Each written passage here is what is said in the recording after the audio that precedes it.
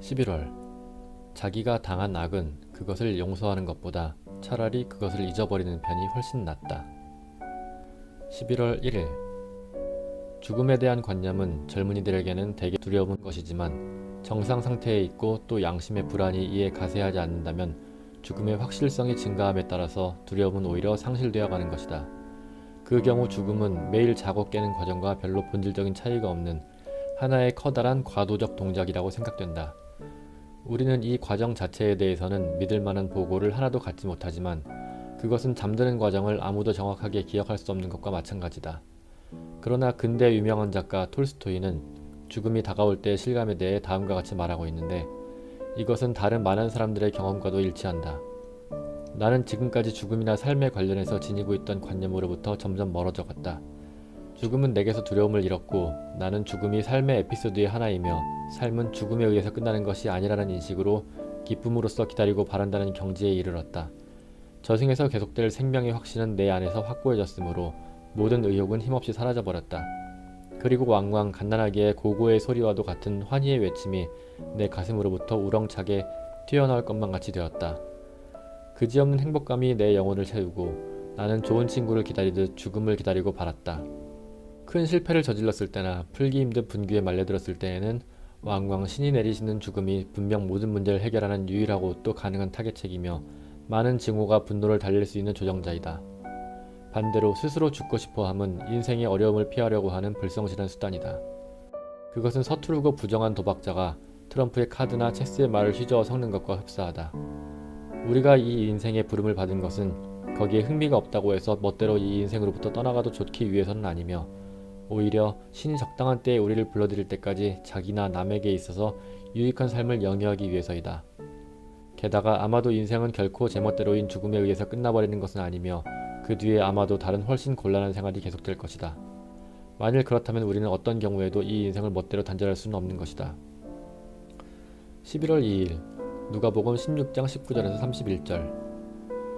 이른바 영원한 잠에 든 사람들이 이 지상에서의 생활에 대해 확실한 추억을 가지며 또 이 세상의 생활에 뭔가 영향을 끼칠 수 있는지 어떤지는 내가 아는 범위에서는 성서의 어디에도 명백하게 언급되어 있지 않다.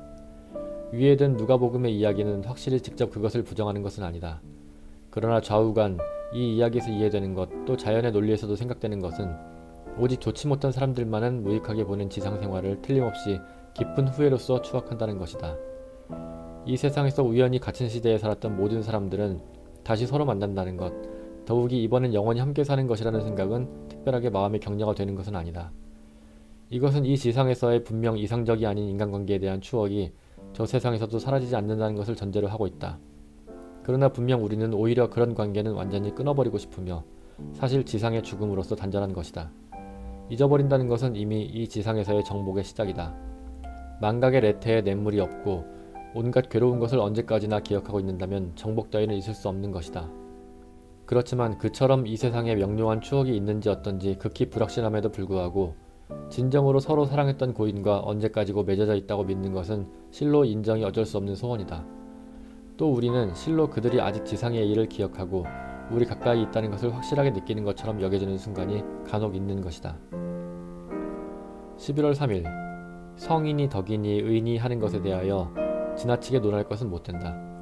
그런 것들도 성서가 말하고 있듯이 일체를 꿰뚫어보는 눈앞에서는 언제나 더러운 옷에 불과하다. 인간이 이 세상에서 달성할 수가 있고 또 남에게 도움이 되는 것은 신에 대한 사랑이며 따라서 모든 진실과 선에 대한 사랑이고 또 더불어 살고 있는 모든 사람에 대한 진정한 친절이다. 이것을 부단히 자기 안에 느끼게 되면 그 사람은 이 세상에서 도달할 수 있는 가장 높은 목표에 이른 것이다. 11월 4일 세상에는 두 종류의 인간이 있다. 그 하나는 우리가 행복한 때에는 몹시 다정하게 돌보아 주지만 이쪽에 잇따라 불행이 닥치면 지체 없이 슬쩍 자취를 감추는 사람들이다. 또 하나는 인정미는 훨씬 떨어지지만 우리가 불행해지더라도 버려두지 않는 사람들이다. 친애하는 독자들이여, 당신은 이 둘 중 어느 부류에 속하는 사람인가?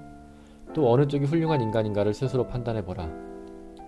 그러나 아무튼 상대가 앞의 종류의 사람이라고 깨달았거든 그가 당신 마음에 깊이 뿌리를 박지 못하게 하라. 그런 인간은 행복한 때의 기분풀이 상대는 될지언정 그 이상이 아무것도 아니다.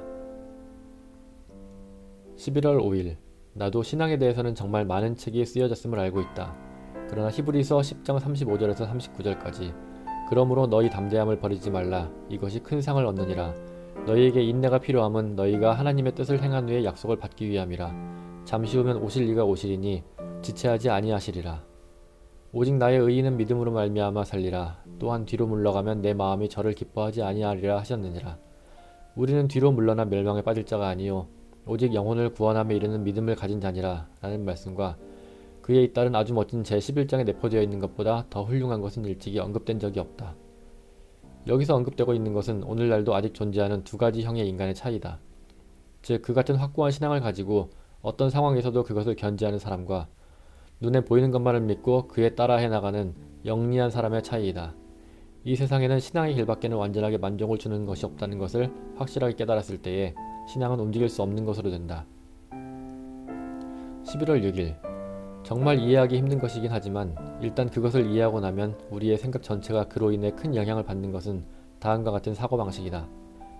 즉 활기찬 행복감은 언제나 오직 새로운 일이나 노고, 새로운 슬픔을 맞이하기 위한 기력 증강이나 준비가 되어야 할 것이며 한편 고된 시련이나 의기소침은 언제나 새롭고 보다 큰 정복과 신의 힘이 더해지는 시작이라는 것이다. 이것이 터득되면 불행에 부딪히더라도 침착성을 잃지 않으며 행복하더라도 진지하고 사려 깊게 된다. 11월 7일 단테의 신곡 지옥편 제5곡 121행 이하에 나오는 프란체스카 더 리미니의 비참한 경우에 처하여 행복했던 날의 일을 회상하는 것만큼 괴로운 것은 없다 라는 유명한 말은 정말 인생관의 차이에서 생기는 전혀 다른 결과를 잘 표현하고 있다. 그러나 더할 수 없는 불행에 빠지더라도 영혼의 핵심은 그로 인해 조금도 손상되지 않고 지난날들의 자기에게도 풍성히 주어졌던 선과 미를 감사로서 회상할 수도 있다. 그렇지만 그 사람의 행복이 오직 향락에 불과했을 경우에는 위에서 한 말은 노경에 접어든 사람들이라면 누구나 참혹하게 경험하는 무서운 진실을 내포하고 있다. 11월 8일 제노아의 카타리나가 신에게 신에 대한 사랑은 다른 모든 사랑을 배척하는데 그래도 우리는 이웃을 사랑해야만 합니까? 하고 물었는데 그것은 지당하다. 이에 대하여 그녀는 다음과 같은 대답을 들었다. 나를 사랑하는 사람은 내가 사랑하는 모든 것도 사랑한다. 너는 될수록 이웃의 영혼과 육체의 행복을 증진시키고자 애써야만 한다. 참 사랑이란 이웃을 그 사람 자신의 뜻으로 사랑하는 것이 아니라 신의 뜻으로 사랑하는 것이다. 그것이 이웃에게도 더 좋은 일이다.